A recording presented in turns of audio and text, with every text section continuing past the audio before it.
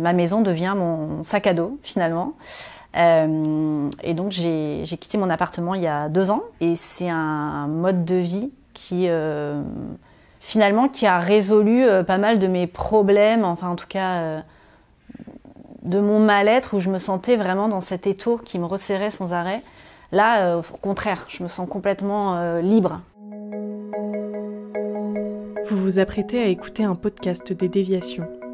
Notre média raconte les histoires de celles et ceux qui ont changé de vie. Pour nous suivre et ne rien manquer de nos actualités, nous vous donnons rendez-vous sur notre site et nos réseaux sociaux. Abonnez-vous à notre chaîne YouTube et suivez nos podcasts sur Acast et autres plateformes de streaming. Tout de suite, un nouveau portrait, une nouvelle histoire, une nouvelle déviation.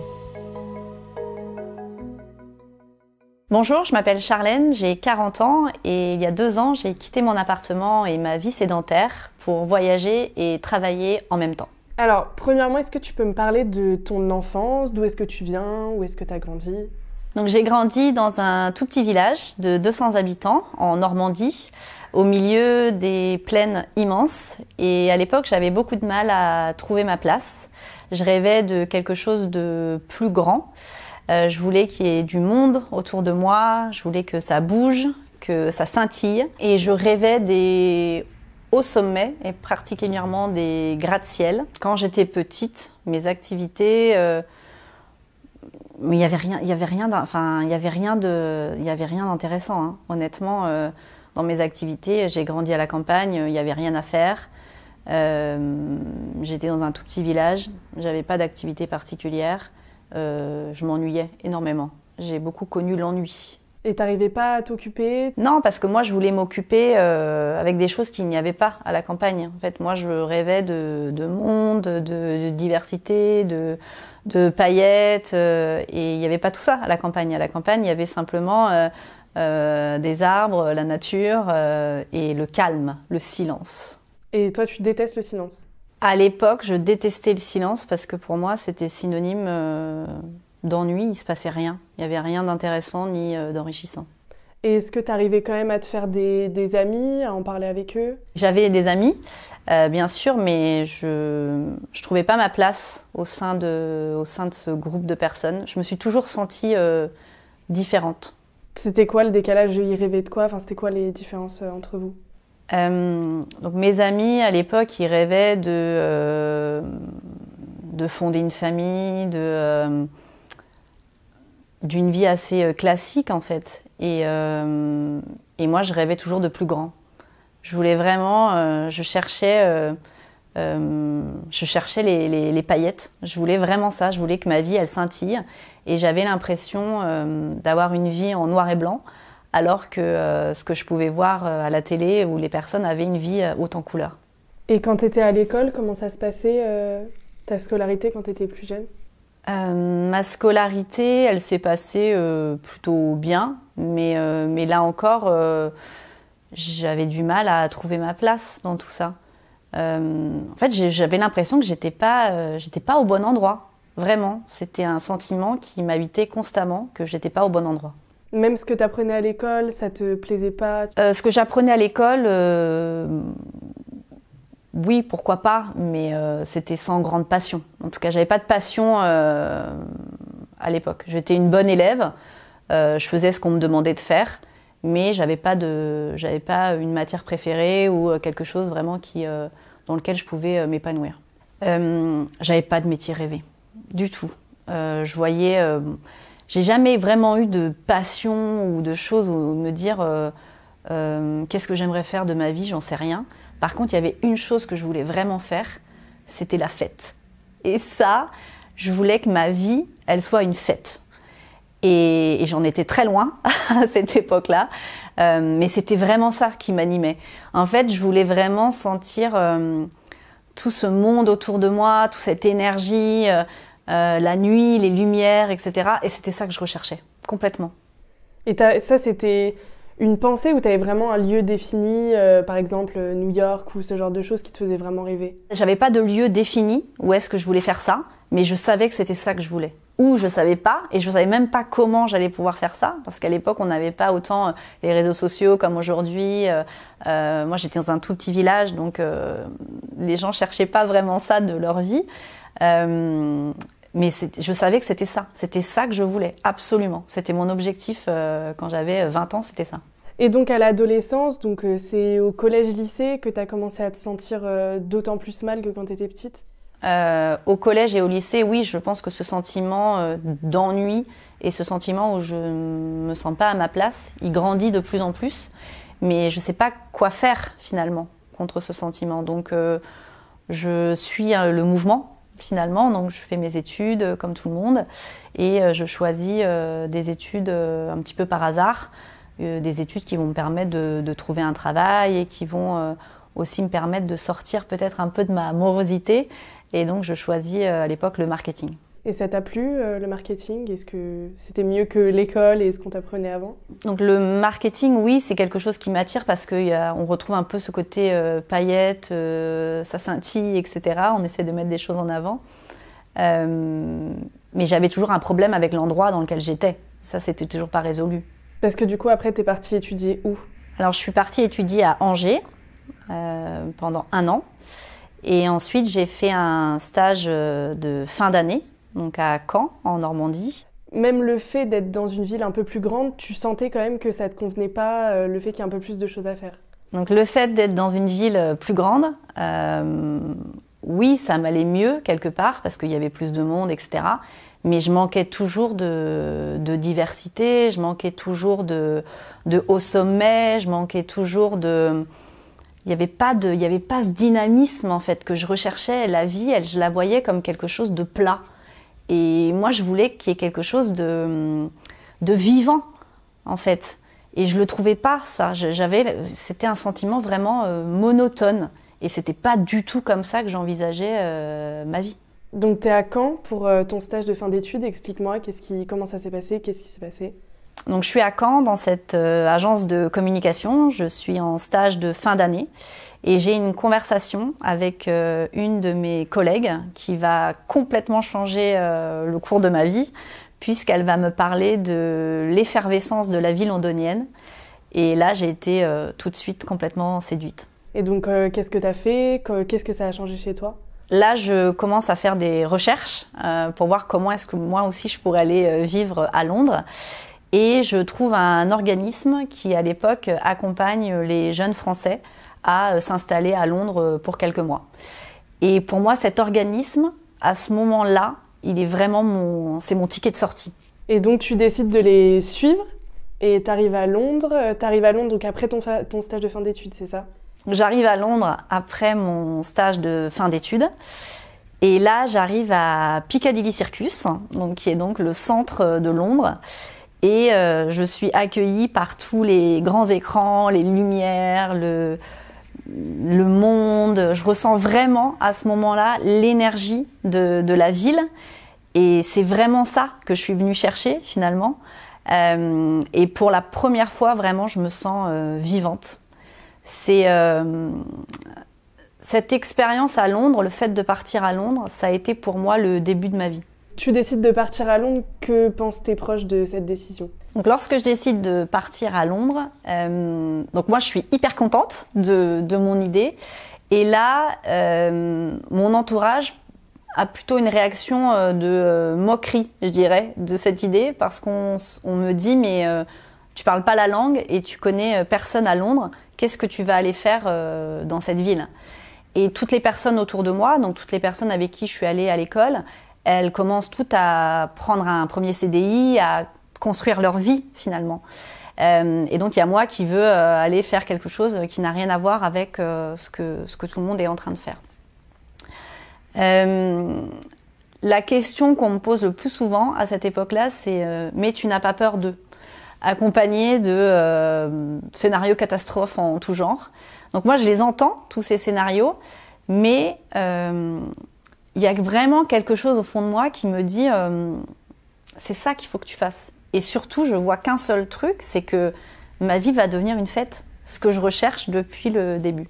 Donc lorsque j'arrive à Londres, Forcément, je parle pas la langue, donc je peux pas aller postuler pour un poste dans une entreprise, c'est pas du tout possible. Donc je deviens serveuse. Pendant plus d'un an, j'ai été serveuse dans un café londonien. Donc ma relation avec les Anglais et avec aussi parce qu'on est en Angleterre, mais en fait c'est une ville vraiment très très cosmopolite. Donc en fait moi à l'époque je travaillais dans ce café avec une Polonaise, une Mexicaine et le patron était iranien. Donc il y avait vraiment ces différentes cultures en fait sans cesse, et même les personnes qui m'entouraient finalement, il y avait des gens d'Australie, des gens d'Afrique du Sud, enfin il y avait vraiment un mix de nationalités incroyable, ce qui était complètement différent de ce que j'avais pu expérimenter quand j'étais en France.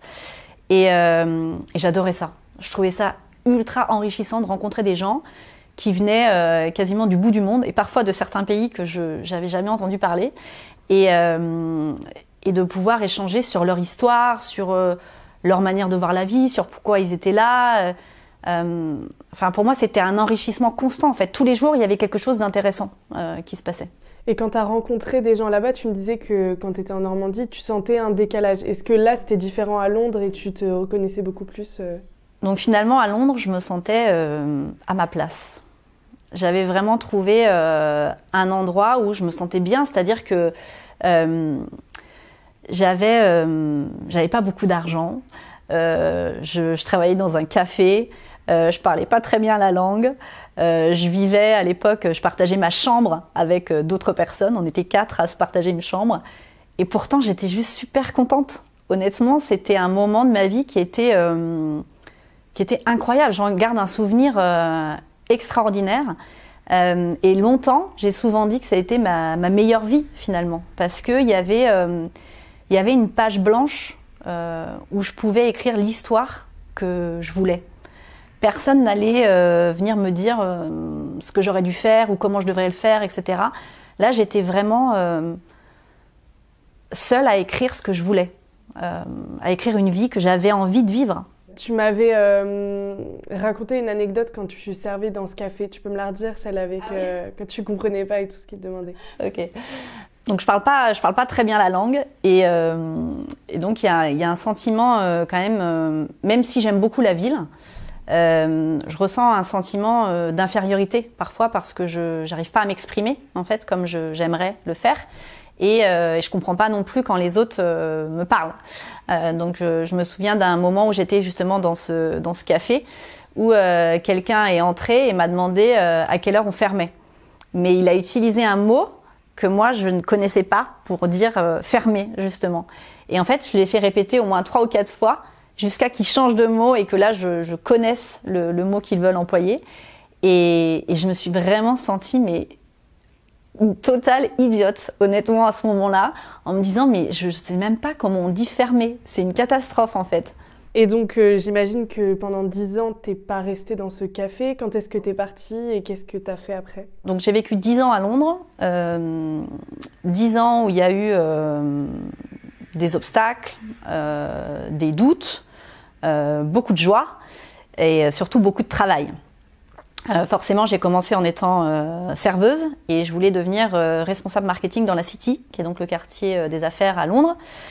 Et pour faire ce pas-là, il était énorme. Donc j'ai dû faire des dizaines d'entretiens pour qu'il y ait une personne qui puisse me donner ma chance. J'ai dû travailler énormément sur mon anglais pour avoir justement un poste sur lequel je puisse communiquer dans un domaine professionnel. Et j'ai dû me faire une place finalement dans cette ville. Donc ça a été beaucoup de travail.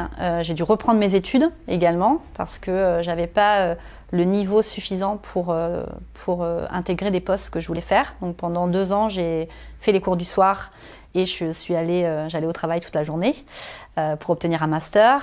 Et finalement, à la fin, j'ai eu le poste que je recherchais. Donc de responsable marketing dans la City. Donc ce poste, il représentait le Graal pour moi. Je travaillais dans une grande tour, donc ce que je recherchais depuis le début, j'étais dans la City et j'avais des collègues de cultures différentes, j'avais un poste qui était sur plusieurs pays. Donc tout ce que j'avais finalement recherché était réuni dans ce poste-là. Donc je me sentais vraiment accomplie à ce moment-là de ma carrière. Donc au bout de 3 ans, qu'est-ce que tu fais après ton job à la City ? Donc une fois que j'ai eu atteint cet objectif, je me suis sentie un petit peu démunie finalement parce que j'avais atteint mon objectif et je savais pas vraiment ce que j'allais faire d'autre finalement. Parce que pendant 10 ans, je voulais vraiment atteindre ça et là j'avais plus trop d'idées sur ce qu'allait être mon objectif pour les prochaines années. Donc ma vie personnelle m'a ramenée à Paris et là je retrouve en fait ce sentiment que j'avais auparavant en France, c'est-à-dire l'ennui. Ce qui me manque, je pense, quand je suis en France, c'est la diversité. J'ai l'impression que tout le monde est pareil finalement, que tout le monde a un peu fait la même chose, en tout cas les personnes qui m'entourent lorsque je suis en entreprise. Tout le monde est français, il n'y a pas d'autres nationalités. Pour moi, ça manque vraiment de diversité. Ça m'enrichit pas trop finalement d'être avec des personnes qui sont comme moi. Ce que j'aime bien justement, c'est avec des personnes qui sont complètement différentes ou qu'on grandit d'une manière complètement différente de la mienne, parce qu'elles ont sûrement une vision de la vie différente de la mienne. Et c'est dans ça, pour moi, que je m'enrichis finalement, d'être avec des gens qui ont tous fait les mêmes écoles, qui ont tous été dans les mêmes entreprises. C'est sympa, mais ça m'amène pas, ça me fait pas grandir. Tu faisais la fête à Londres, tu rencontrais tout le temps des gens, et là à Paris, dans ton travail, tu disais qu'il n'y avait pas le mélange de culture, mais est-ce qu'en dehors, tu arrivais quand même à retrouver ça en dehors de ton travail ? Donc le sentiment, ce que je pouvais ressentir quand j'étais à Londres, c'est-à-dire ce sentiment où je me sens à ma place, je me sens bien, je me sens vivante, j'arrivais pas à le retrouver ici, à Paris. Il me manquait encore quelque chose en fait. Finalement, la même chose que je ressentais quand j'étais en Normandie et que j'étais adolescente. Et par un grand coup de chance, l'entreprise pour laquelle je travaillais se fait racheter par un grand groupe américain. Et là, professionnellement, je vais faire un bond assez important puisqu'on va me proposer un poste qui va être sur plusieurs pays et je vais passer 50% du temps à voyager. Donc là, je retrouve finalement cette étincelle que j'avais un peu perdue en arrivant à Paris, puisque je vais encore pouvoir me mélanger avec différentes nationalités, différentes cultures, partager différentes expériences et toujours être dans cette découverte, cette exploration finalement qui m'anime. Et t'es restée combien de temps sur ce poste ? Je suis restée 3 ans sur ce poste et ensuite j'ai eu encore envie de découvrir autre chose. Et donc, j'ai troqué le marketing contre le business development. Donc, toujours dans la même entreprise, mais donc j'ai fait une réorientation professionnelle qui n'a pas été simple parce que finalement, donc j'avais 35 ans et j'étais devenue une experte dans mon domaine. Donc, le marketing, beaucoup de gens venaient me voir pour me demander mon avis. J'étais une référence quelque part dans mon poste. Et là, je suis repassée à être junior finalement. Je connaissais rien du business development et je savais pas, j'avais pas du tout les codes de ce nouveau travail. Et ça a été une période pas simple. Et une fois que tu as eu ce poste, comment ça s'est passé ? Est-ce que tu étais contente de découvrir autre chose ou est-ce que ça a été tout l'inverse ? Je suis plus du tout dans la même énergie quand je démarre ce poste en business development.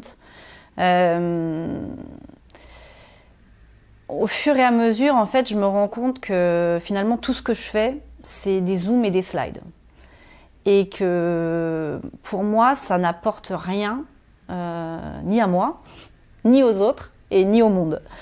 Donc j'ai vraiment un sentiment d'inutilité à ce moment-là qui est vraiment très présent en moi. Donc chaque matin, je me réveillais avec les mêmes pensées. Donc j'avais 3 pensées en particulier. La toute première, c'était je suis fatiguée. La deuxième, c'était de me dire est-ce que je pourrais trouver une solution pour ne pas aller au travail aujourd'hui ? Et finalement, comme j'en trouvais pas, je me levais et j'allais travailler. Et la troisième, je pense en arrivant dans la salle de bain, c'était de me dire combien de temps est-ce que ça va durer ? Combien de temps est-ce que je vais ressentir ça ? Et finalement, ça a duré 1 an. J'étais pas en dépression, mais ça n'allait pas, en fait. Sur le papier, quand on regardait ma vie, elle était super. Je travaillais pour une entreprise prestigieuse, j'avais un très bon poste, je gagnais très bien ma vie. Il y avait rien qui allait pas. J'étais en très bonne santé, j'avais mes amis, j'avais mon appartement. Tout était très bien, finalement. Mais moi, au fond de moi, je savais que je ressentais pas du tout ce que j'avais pu ressentir quand j'étais à Londres, par exemple, où j'avais ce sentiment où je me sentais en vie. Et là, j'avais l'impression que ma vie, elle était plate. C'est-à-dire qu'il se passait pas grand-chose d'intéressant, honnêtement. Elle passait comme ça, sans encombre. Il y avait pas de pénibilité en soi. Mais c'était d'un ennui monstrueux. Et surtout, pour moi, je me disais, mais j'ai 37 ans, mais c'est ça maintenant ce que va être ma vie jusqu'à la fin. Et pour moi, c'était impensable de rester comme ça. Et donc, qu'est-ce que tu faisais? Qu'est-ce que tu as fait pour te sortir de ça? Donc, à ce moment-là, ma vie, elle commence à 19h. Donc, c'est-à-dire que de 10h à 19h, je suis au travail. Et à partir de 19h, je commence à faire des choses qui m'intéressent. Donc là, j'essaye... En fait, j'ai besoin de ressentir quelque chose, finalement, parce que je suis dans une vie qui est complètement, pour moi, aseptisée. Et j'ai besoin d'avoir des émotions. Donc je vais essayer pas mal d'activités sportives, dont l'escalade, dans lequel je retrouve beaucoup de sensations du coup. Mais aussi je vais apprendre un instrument de musique, je vais me mettre au dessin, etc. Des choses que j'ai jamais fait auparavant, mais pour retrouver une connexion finalement. J'ai besoin de ressentir qu'il y a quelque chose qui se passe, que c'est pas juste je me lève le matin, je vais au travail, je rentre le soir, je mange, je vais prendre un verre avec des amis, je rentre et on recommence le lendemain, etc. Pour moi, ça, c'est plus du tout de ça dont j'ai envie. Et donc là, je fais aussi, je pars en vadrouille tout le temps, dès que je peux. En fait, j'ai besoin de retrouver le grand air. Je pense que je me sens un peu enfermée finalement à Paris, même si c'est une ville immense et qu'il y a plein de choses à y faire. Je me sens un peu... j'ai un peu cette sensation d'avoir un étau qui se resserre autour de moi, en fait, finalement, et qui continue tout petit à petit, qui m'encercle et qui me serre de plus en plus. Et j'ai vraiment besoin de sortir de ça, quoi. Il faut absolument que je retrouve la vie. Tu me disais que tu partais en vadrouille, mais tu partais où? Tu t'allais dans d'autres pays ou tu restais en France ou... Donc je pars beaucoup en vadrouille et beaucoup en camping. Donc camping sauvage, on part grimper en extérieur, etc. En fait, j'ai besoin de sortir de ma zone de confort, je pense aussi. J'ai besoin de me mettre dans la difficulté. Et lorsque je fais ça, lorsque je pars avec des amis faire des sorties escalade, par exemple, je me mets vraiment dans la difficulté parce que je suis avec des gens qui sont qui sont meilleurs que moi, clairement. Et justement, ça m'encourage énormément à faire mieux. Mais j'ai besoin de me mettre dans cette difficulté, en fait. Le fait que ce soit dur, qu'il fasse froid, par exemple, que je dorme pas bien, je trouve ça hyper excitant. Moi, je trouve ça génial, en fait, de ressentir ça, de ressentir la fatigue, par exemple, ou ton corps qui est vraiment fatigué, presque qui souffre, qui a vraiment mal. Ça me fait du bien de ressentir ça, ça me fait sentir vivante, là encore. Je pense qu'à ce moment-là, j'ai changé en fait, mes besoins ont changé. C'est-à-dire qu'avant, mes besoins, c'était d'être dans une ville, de sentir l'effervescence, le dynamisme, etc. Et là, j'ai plutôt envie d'être finalement au milieu de la nature, en retrait.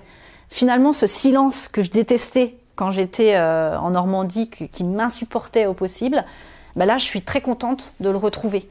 C'est finalement des moments pour moi aussi pour réfléchir, pour me poser... pour vraiment essayer de savoir ce dont j'ai envie.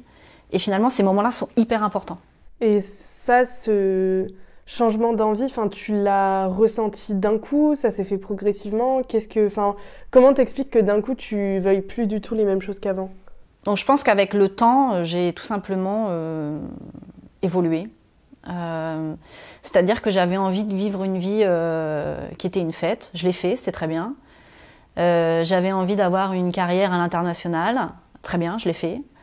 Et là, j'avais envie d'autre chose. Sauf que ce autre chose, je savais pas vraiment ce que ça allait être encore. Mais je savais que j'avais envie d'autre chose.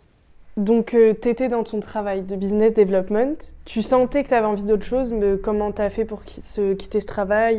Qu'est-ce qui s'est passé? Donc, je continue mon poste, bien sûr, en parallèle de toute cette vie que je vis en dehors à partir de 19h. Et là, il y a eu le Covid qui est arrivé. Et donc, pendant cette période, j'ai décidé de me donner du temps pour déjà réfléchir à ce que j'avais envie de faire dans le futur. Et alors, est-ce que tu as trouvé la réponse? Donc, quand il y a eu cet épisode de confinement, la première étape pour moi, ça a été d'accepter ce qui se passait en fait. Le mal-être que je pouvais ressentir. Le mal-être que je pouvais ressentir. En tout cas, m'autoriser à le ressentir. Parce que je me disais presque que j'avais pas le droit de ressentir ça. Sur le papier, il n'y avait rien qui allait pas. Tout était très bien. Et surtout, aussi mon entourage qui ne comprenait pas, en fait, quand je disais que je ne me sentais pas bien. Je disais, mais qu'est-ce qui te va pas, finalement? Et m'autoriser à dire que ça n'allait pas et que j'allais changer, c'était déjà une première étape très, très importante. Et ensuite, ça a été de se dire, j'ai passé beaucoup de temps à construire tout ça et maintenant je vais devoir déconstruire ça finalement parce qu'aujourd'hui ça ne me convient plus. Et à l'époque, j'en ai pas du tout l'énergie. Enfin, je vois cette énorme montagne qui se dresse devant moi et je vois pas du tout comment je vais changer ma vie complètement parce que je sais que ça va pas. Mais c'est pas qu'une seule chose qui va pas. C'est pas juste le travail qui va pas. Il y a d'autres choses. Mon environnement. Je fais pas ce que j'ai envie en fait. Et de déconstruire tout ça pour aller construire autre chose, je sais que ça va me demander beaucoup d'énergie parce que je l'ai déjà fait quand j'étais à Londres. Et là, sur le moment, j'en ai pas le courage. Et donc du coup, pendant le Covid, je décide de poser un congé sabbatique pour me donner du temps. Parce que j'ai plus d'énergie et je vois pas vers quoi je vais. En fait, finalement, je suis un peu dans une voiture sans conducteur et je sais pas où je vais dans tout ça. Donc j'ai vraiment besoin de prendre du recul pour définir ce que j'ai envie de faire. Et là, quand j'évoque cette idée de poser un congé sabbatique, finalement, ce qu'on me renvoie comme image, c'est exactement la même chose que quand j'avais décidé de partir à Londres. C'est-à-dire que là encore, on se moque un peu de mon idée, en se disant, mais pourquoi tu veux faire ça? Enfin, t'es très bien dans ta carrière, pourquoi est-ce que tu veux sortir des rails, finalement? Et là encore, je ressens la même chose que quand j'étais partie à Londres, qui est de me dire, mais moi, je sens que c'est ça que j'ai envie de faire. Et donc, ce congé sabbatique, qu'est-ce que tu fais pendant ce congé? Donc, pendant mon congé sabbatique, l'idée, c'est à la base de me reposer. C'est-à-dire que je veux justement me vider la tête, créer de l'espace, prendre le temps de penser, de réfléchir, etc. Et finalement, au bout d'un mois de ce congé sabbatique, je crée mon activité professionnelle. Donc, je fais pas du tout ce que j'ai dit que j'allais faire, c'est-à-dire me reposer, puisque finalement, je vais passer 1 an à travailler, je pense même plus que ce que j'ai pu travailler auparavant lorsque j'étais salariée. Et je me donne vraiment corps et âme à créer cette nouvelle activité. Donc, je me suis formée au coaching et à la PNL, donc programmation neurolinguistique, et également à la préparation mentale des dirigeants et des sportifs. Et donc aussi, pendant que je crée cette activité, je décide de quitter mon appartement et de vivre d'une manière nomade, c'est-à-dire que ma maison devient mon sac à dos finalement. Et donc j'ai quitté mon appartement il y a 2 ans maintenant. Et je change de destination en fonction de ce que j'ai envie de découvrir. Et c'est un mode de vie qui finalement qui a résolu pas mal de mes problèmes, enfin en tout cas de mon mal-être où je me sentais vraiment dans cet étau qui me resserrait sans arrêt. Là, au contraire, je me sens complètement libre de pouvoir explorer ce que je veux. Et c'est pas une question de se dire je vais partir en Australie en fait, c'est pas ça. C'est pas de la distance qui est importante. C'est surtout le fait de se dire que je peux faire ça. Je peux bouger quand j'en ai envie. Et peut-être que je vais juste bouger des Alpes à la côte basque. Mais c'est de se dire qu'il y a cette possibilité du mouvement. En fait, que je suis pas là, qu'on m'a quelque part posé là et que je dois rester là. Là, j'ai vraiment cette opportunité de faire ce que j'ai envie et par rapport à comment moi je me sens. T'es nomade, t'as ton activité, mais dis-moi quelle est ton activité, comment tu fais aussi pour faire ton activité alors que t'as pas de lieu fixe, on va la faire un peu partout, quoi. J'ai créé mon activité professionnelle et aujourd'hui j'interviens auprès des cadres qui souhaitent retrouver le chemin du plaisir dans leur vie professionnelle en les accompagnant à retrouver l'envie d'avoir envie et aussi construire un nouveau projet professionnel et apprivoiser l'inconnu.